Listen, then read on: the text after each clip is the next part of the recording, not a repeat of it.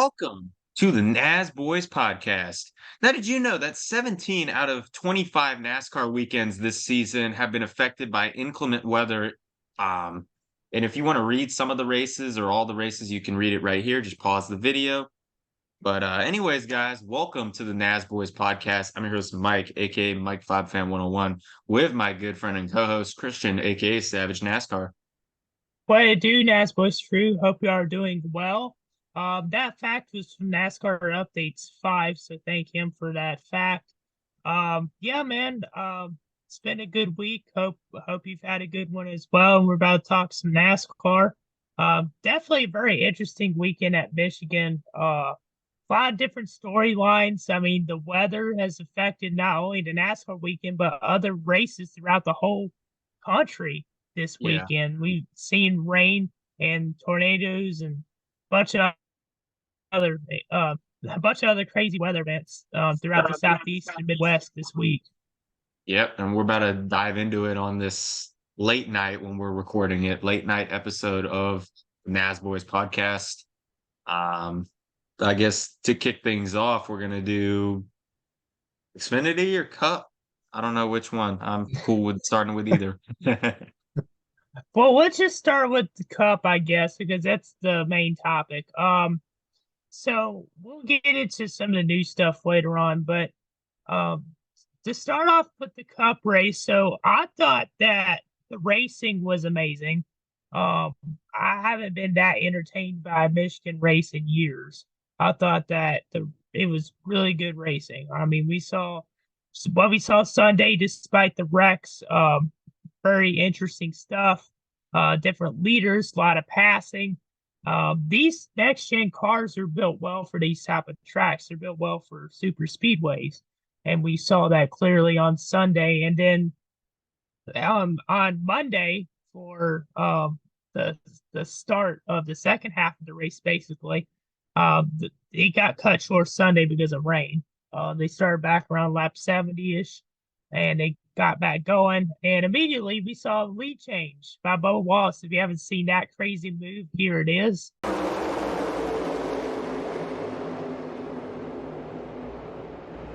Top two, door to door as they come out of two. Even with two off to the 23. Still hanging at your door. Bubba Wallace to the inside here, 3 wide down the back straightaway. He's going to clear into the lead. A huge run for Bubba Wallace, and he takes the lead at Michigan. Brad Keselowski in the... Basically, he made that nice 3-wide move down the backstretch, and Keselowski followed him. I thought it was definitely interesting to see Bubba Wallace in the lead, and, you know, he needed to because he's on the verge of the cut line, which he's now above the cut line to make the playoffs. So he needed those stage points. Ty Gibbs got a couple points as well, which helped him get above the cut line. But there's a lot of other drivers that had struggles in this race. We saw the Hendrick Motorsports teams wreck. We not only saw Chase Elliott wreck again, a big wreck for Chase Elliott. It looked like the right rear had come down and up into the wall he went. Yeah, you can see, watch how quickly this race car comes around. You can see everything felt good, and then immediately it went around. Big hit for Chase Elliott. Watch the sparks fly out from underneath this car. See right there, right rear tire came apart, and he's along for the ride right now. He was a team that decided to not come to pit road, but I don't think anyone expected to have any sort of tire issues. This is the same right side tire we've run here in Michigan before. You mentioned it, just a big rear impact, very square on the rear bumper. And you see the back of this car, unlike last year, you see some deformation. You see right there, the back of the car has squeezed into the rear glass. Still a huge hit, but it's good to see the car take some of the impact. So Alex Bowman wreck. Oh, we got a crash down the back straightaway. Looks like Alex Bowman's around. Yeah, big contact there. Alex Bowman slammed into the side of another car too. So he may have had some contact from someone else, but Bowman goes around, and now 3 of the Hendrick cars have been involved with issues. Yeah, and Alex Bowman was trying to climb his way back into this playoff conversation with points. And we also saw William Byron wreck. And Hendrick Motorsports just struggled really bad at Michigan. But Kyle Larson, despite being in the back most of the day, he worked his way up to finish 5th. But some other notables I kind of want to mention. Ross Chastain led early in the race. He led 16 laps and ended up finishing 7th. I'm wearing a Chastain shirt, as you can tell. Daniel Suarez led 12 laps. He finished 6th. He got beat out by Truex at the end of stage 2. That was pretty crazy. You haven't seen that. Here it is. This could be a huge day for Daniel. They got that 19 car Truex all over the back of him now. Look at the 19. He came to pit road on lap 102, and now look at this. The possibility exists he could win the stage. Daniel needs to recognize that that 19 car is just faster. And how aggressive do you get right here? Don't overdrive this thing. Even if you get 8 stage points instead of 10, it's still a huge gain. Here comes Truex high on the high side. Daniel's going to squeeze him. Truex to the inside down the front straightaway. Tries to side draft him, and he'll do it. Truex is going to win the stage. What was your thoughts in the first 2 stages, Mike? I didn't really get a chance to watch the first stage too much, but from what I did see, it looked really interesting and, a lot of storylines like what you were mentioning. I was really surprised by, the wrecks, like the Kyle Busch incident, for instance, which Caution just coming out as Kyle Busch was on the inside of Ryan Blaney. And as Ryan Blaney was going by, Kyle Busch went around. Take a look. Kyle down to the bottom of the racetrack and just up the racetrack into the door of the 12, and that brings him right around. Just 2 guys racing hard for position. See right here, Kyle has forward momentum. Feels like he can get up the racetrack. Starts up the racetrack. That contact you spoke about just gets him turned around. Funny story. I was in another NASCAR chat, and there was people threatening to fight each other over a racing incident like that. And one guy gave his address to somebody. I'm like, bro, you all are nuts. What chat was this in? Because that's crazy. I know some Kyle Busch fans are crazy sometimes, but I mean, if you have any sort of NASCAR logic, you would know that Kyle Busch washed up the track into Ryan Blaney and spun out. It was not Blaney's fault. Right. I didn't see Blaney really hit him or anything, but, just surprising. Obviously, Bell, he looked really good early in the race. He got taken out. Into turn 1. Oh, Christopher Bell spinning. And will he collect anyone? He gets into the wall. Caution comes out. Bell fighting for the lead. Spins on his own, and into the wall he goes. The 48 gets a run.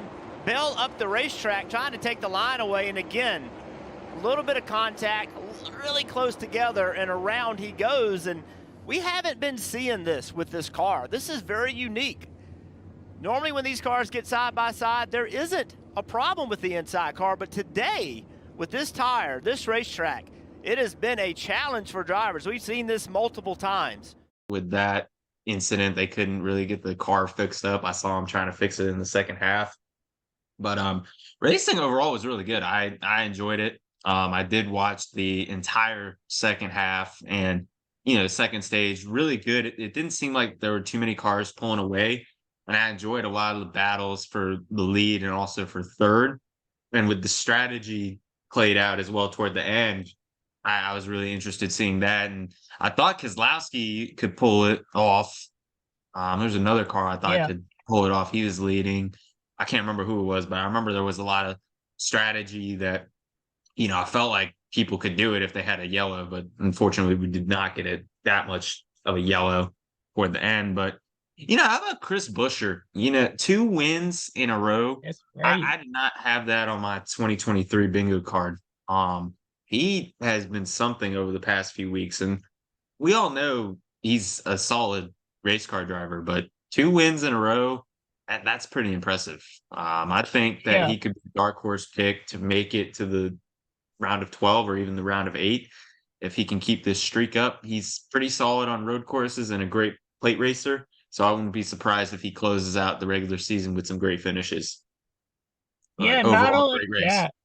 Yeah, I didn't mean to interrupt you. Not only that, he also led 52 of the 200 laps. He seemed to be pretty fast, and I mean, Truex Jr., am I not wrong, had the fastest car all day. I felt like it. Yeah. Like a lot of people were saying the car was illegal with how fast it was because, Bubba, I mean, I could sort of see the point, but I didn't think it was. Bubba's car looked solid, which he impressed me a lot. I figured he would be a dark horse pick at Michigan, so I picked him for my fantasy team. He practically carried.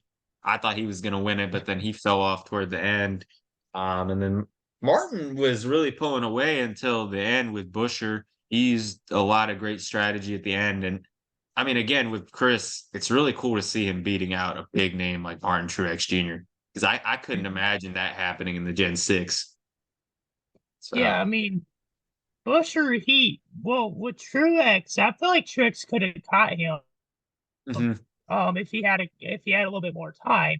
Truex tried to rely more on catching him more than just drafting. I mean, I saw a comment. If you're watching this, then you know who you are that made this comment. That's on a group chat. But they said that if Truex would have relied more on drafting instead of just using the fastest the car catching them, then right. he probably could have caught him. But I agree. one thing I want to point out too was Bubba Wallace. He led like 21 laps. He fell off Mhm. towards the end, and he actually finished behind Christopher Bell, which surprised me because Bell had a lot of damage from that wreck he had, and he still finished Right. 13th. Um, Ty Yeah. Gibbs was another driver that did well on Sunday that fell off towards Monday. He even finished 11th, and he was in the top 5 on Sunday. So I just thought it was pretty cool. There's a lot of different leaders. Even the Dillon brothers led. We saw Yeah. Austin Dillon and Ty Dillon lead 2 laps. So I thought it was a really good race, one of the best races of the season. In fact, I it agree. just had a lot of lead changes, and not only that, another ninth consecutive win for Ford at Michigan. So they found something with this track, and obviously Ford is from Michigan. So I thought obviously I would give it like a 9 out of 10 race. And I don't say that very often nowadays, but that was a 9 out of 10 race. I agree with you. Definitely a 9 out of 10. I don't really have that many complaints. But one other incident I do want to point out was Ryan Blaney and Corey LaJoy before the rain delay. If you haven't seen that, here it is. That was Let's see how this goes. So what's for dinner? Well, Cordial? Yeah, these conversations are important to have. You just go ahead and address it right now. And you can see there's not a lot of anger here. A little bit of grinning and smiling, maybe a sarcastic smile, but it's important to have these conversations. Get it over with. The reason why the discussion was taking place there. Corey LaJoy in the 7, Ryan Blaney in the 12. Yeah, Corey gets loose and just a little contact right there. Blaney was just annoyed by that, Very similar to what we've seen multiple times today, though. We don't really understand why, but today we'll contact. Well, this is the second time for Blaney. He's about tired of it. Yeah. So 2 guys get up into him, and he just doesn't. He thinks now he's like, hey, why is everybody, not taking care of me? a bit of an odd incident. It just looked like racing. I don't really know what either of them were bad about exactly. But I don't know. Blaney didn't go in the wall, and then he kind of just went down into Corey to show he was upset, and they had like this long conversation about it. Like, I don't know. Blaney whines sometimes about stuff. I don't like that. But I know a lot of drivers whine. But just wanted to point that out. Anybody wants nowadays. Exactly. I mean, I shouldn't say Blaney whines when the guy's hat I'm wearing literally yelled at tow truck people. So yeah. Taking a look at what you guys had to say. 100% said great, and nobody used the other options because I put it out a little late. That was my bad. No thoughts. No driver of the day. I'm gonna give it to Chris Buescher. Either Chris or Martin. It's tough because obviously Buescher led the most laps, but Martin almost led as many laps as he did, and Martin was just so fast. I'd say best crew, Truex Jr., no doubt. Best Right. driver, Chris Buescher.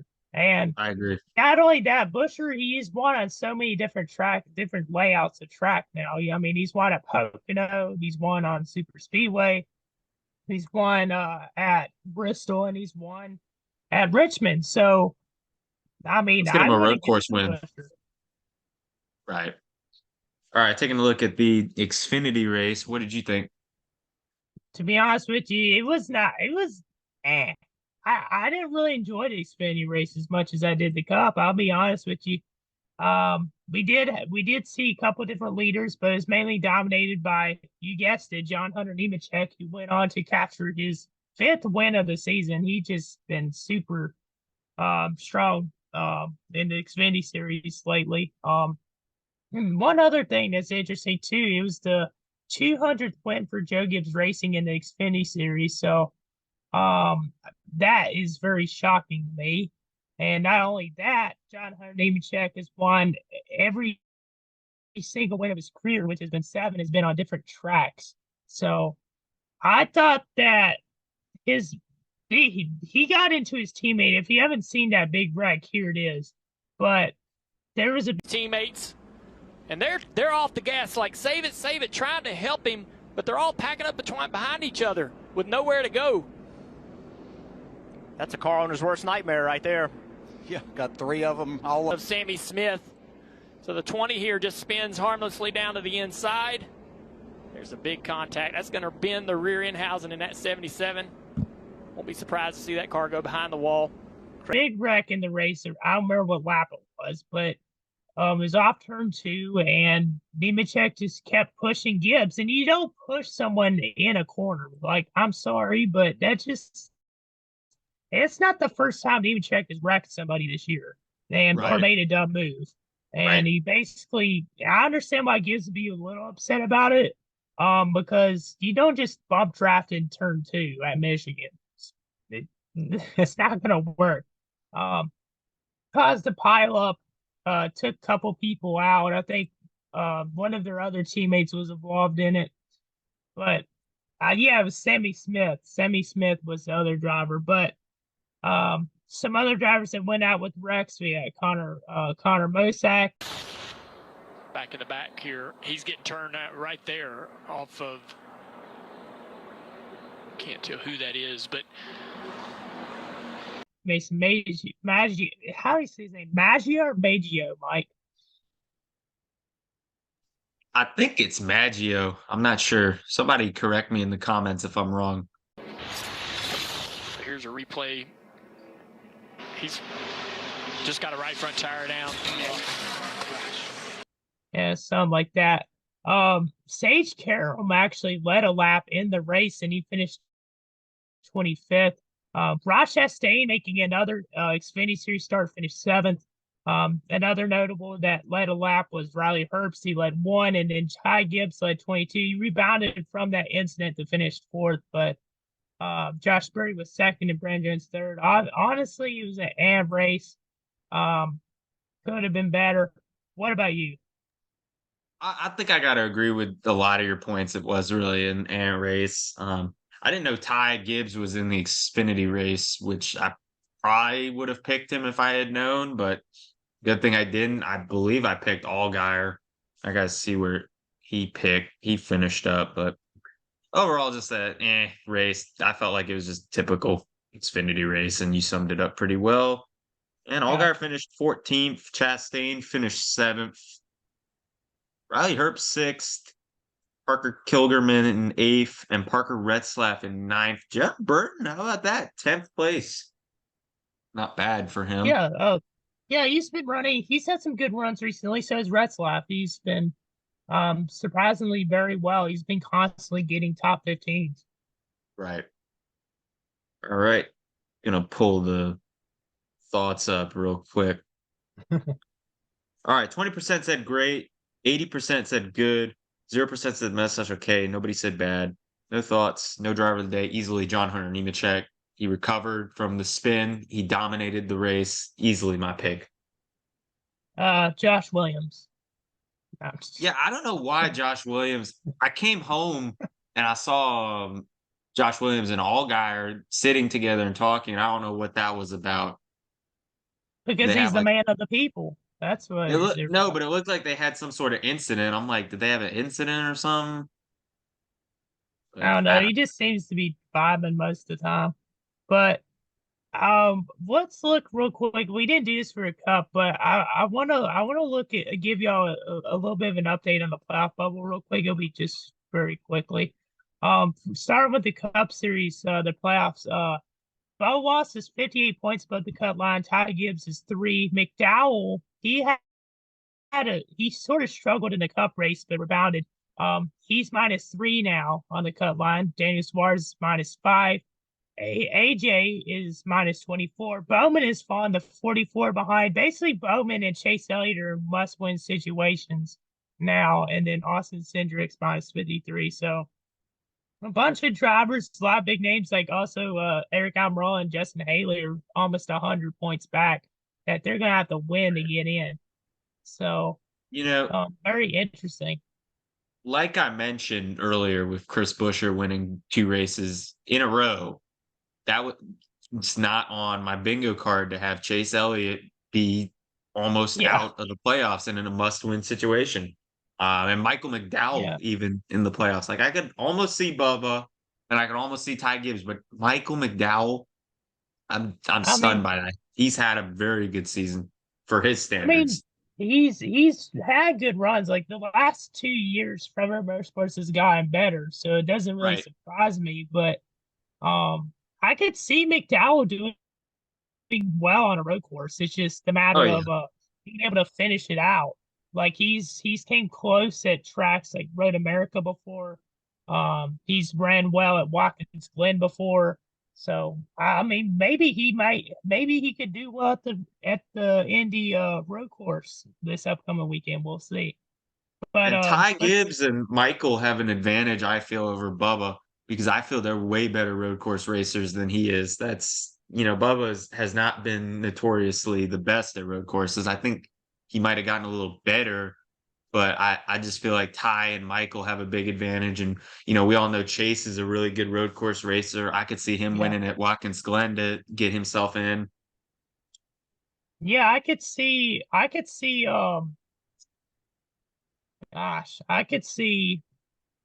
Bubba Wallace maybe doing well at Daytona, but I Yeah. just don't see him doing any better anywhere else.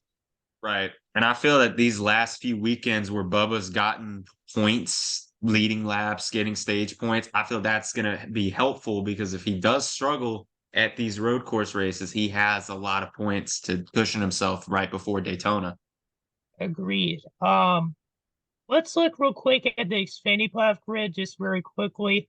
So there's been 7 different drivers have won. Those are Nemechek, Hill, Custer, Allgaier, Smiths, both Smiths, Chandler and Sammy, Jeb Byrne, and then there's Josh Berry's currently 8th. He's 110 above the cut line. Daniel Hamrick is 86 above the cut line. Mayer 77. Creed 49. This was 2 weeks ago, by the way. This isn't updated. This is chubbychristie.com. So if I were to look at the playoff grid now, Mayer would be up there. I might as well pull up the one that's actually accurate now because I pulled up the wrong one. But Yeah, I have it up right now. basically now, Creed is in 12th. He's only 18 above the cut line. Herbst is 40 above the cut line. And then Parker Kilgerman, he is 13. He's 18 back. Brandon Jones is 45 back. And honestly, I'm shocked by that, Mike, because I thought Brandon Jones would be in the playoffs. But I did too. he is 45 back right now. He needs to win. Right. Brett Moffitt is 15th. He needs to win. But yeah, that's basically a look into that at the moment. Yeah, I mean, I was a little surprised with Brandon Jones as well. I thought for sure he would make the playoffs. Parker Kilgerman, I thought was another guy that would make the playoffs. See him 18 back is a little surprising. Brett Moffitt, Yeah, not surprised. Kaz Growla, I'm a little surprised where he's at. And Ryan Sieg, I thought would be in the playoffs as well. definitely. we don't have any meme of the week. I mean, there's like maybe one or two nominees, nothing too crazy because it's been a dry week for memes, other than just rain stuff. There's the only one that I found sort of funny was the Chase Elliott self spin by Tremendation, but other than that, no other like memes really. So I guess we can move on to, I mean, picks and news topics. I want to ask you your thoughts on this because I don't think I heard all of your thoughts on this when it happened. But what's your thoughts on Noah Gregson's suspension and everything that went down?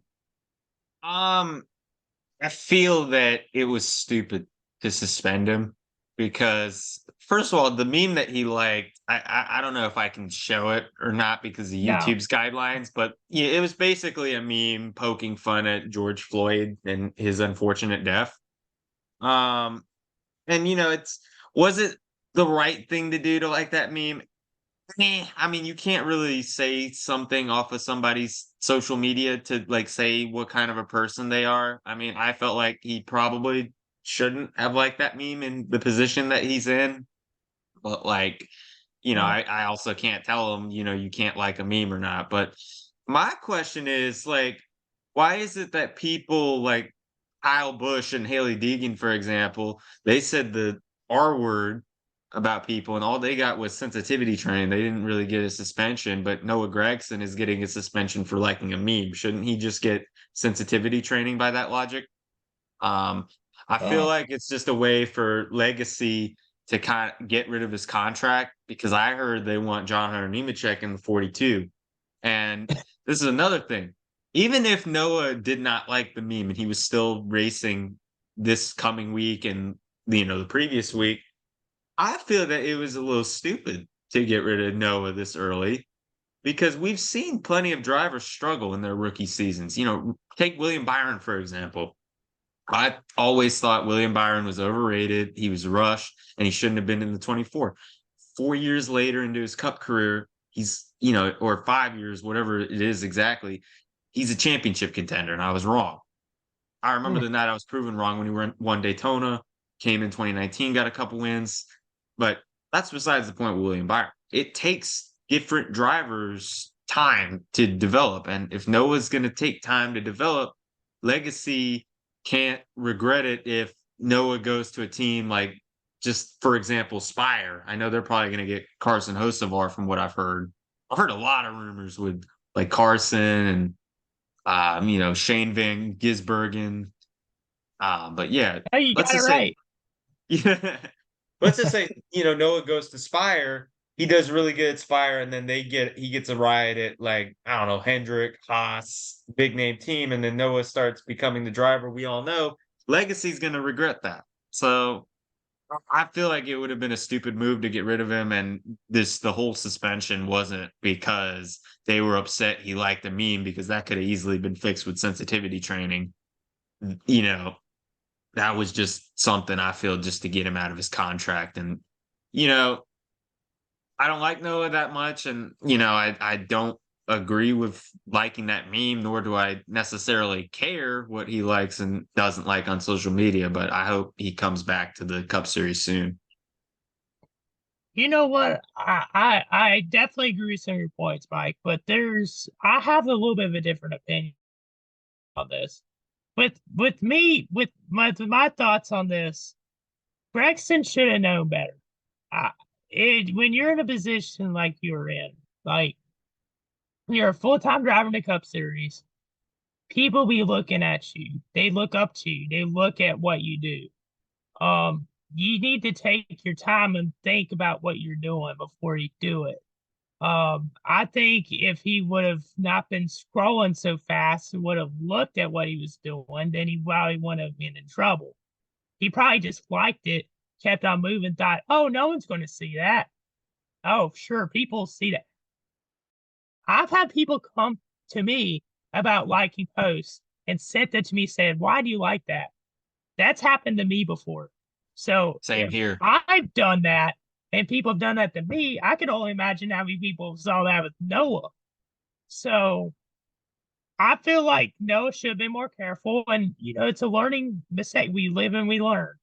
The meme was very distasteful. It was not good at all. And it's definitely, I thought it was suspension worthy. I know some people don't think so, but I think it was. I don't think he should have been suspended for a season. And maybe not his contract taken away, but I definitely thought it was worth a suspension for me. Um, the theory that dude wants to put another driver in there over him, I can get where people are saying that because he's had one of the worst rookie seasons of all time.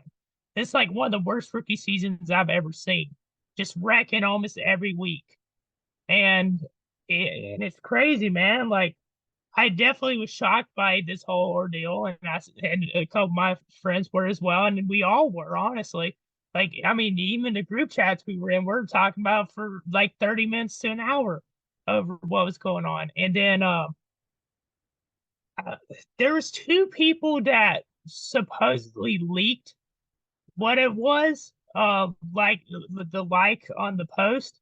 I'm not gonna mention their names just because I don't want to get anything wrong and I don't want to put wrong information out there.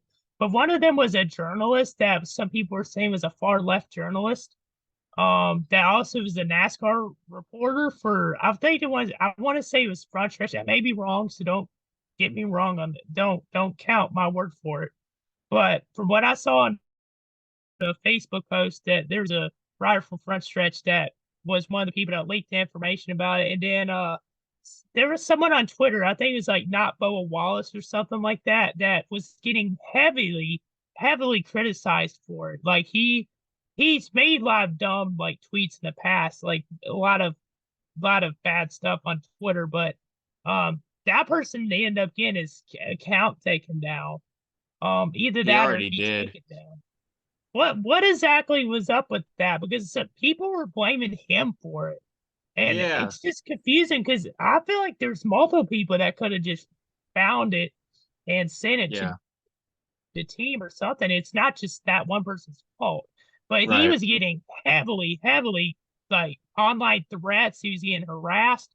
It's crazy that a good weekend at Michigan was pretty much, I wouldn't say it was overshadowed, but it was almost overshadowed by something pretty dark. And ESPN obviously has to report the bad news about NASCAR, but not about good stuff that Normal. happens in the sport. Right.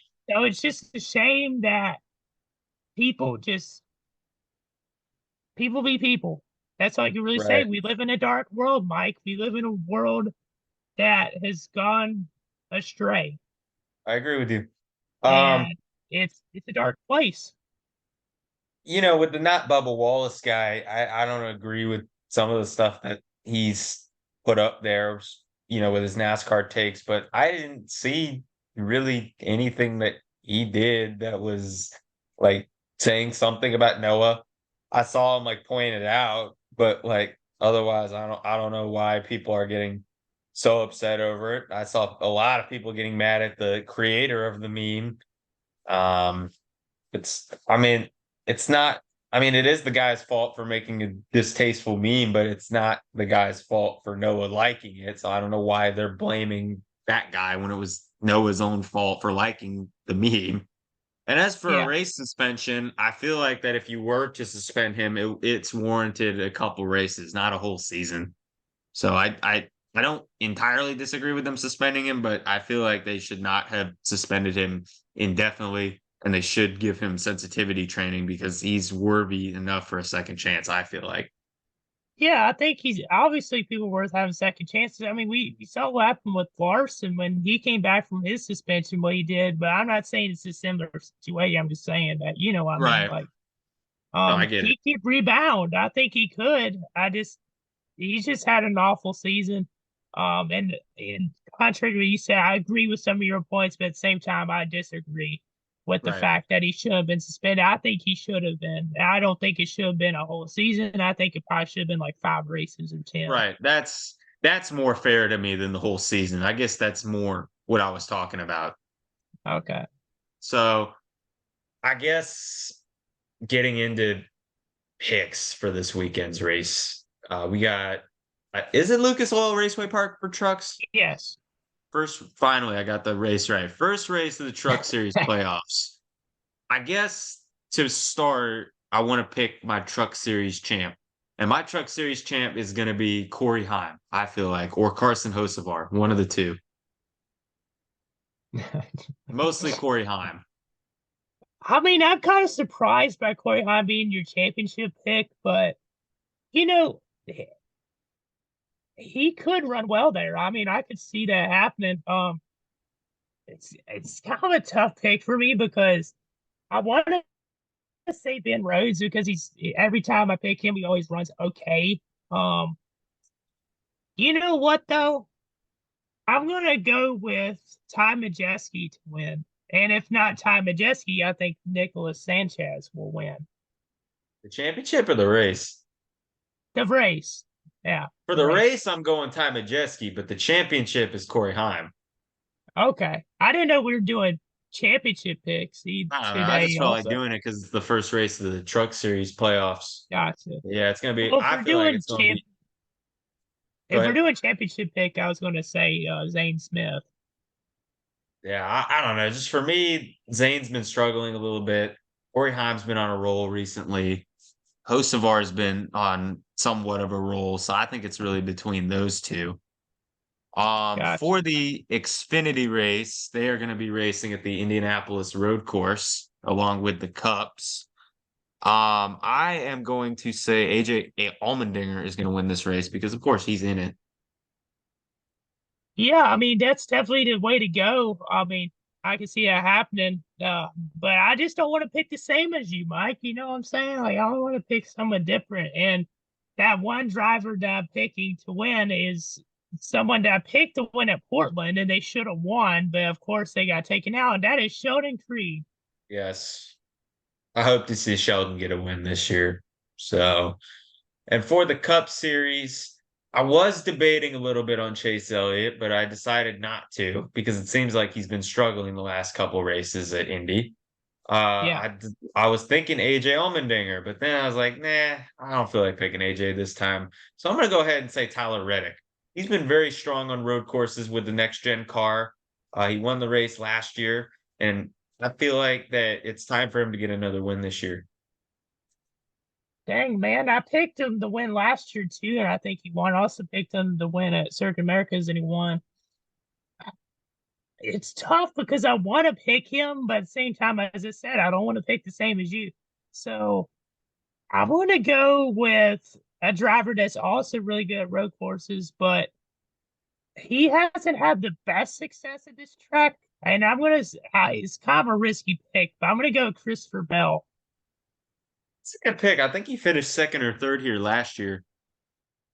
He ran well, and then you know what happened last year? We saw Chastain run really well there, and he we don't know how he ran off the course, but that was a goated move, by the way. I think that it was deserving of not getting a black flag. But anyways, that's gonna wrap up the episode. I thought it's a very interesting one, and I'm looking forward to watching the race. I'll probably be able to watch it on Sunday.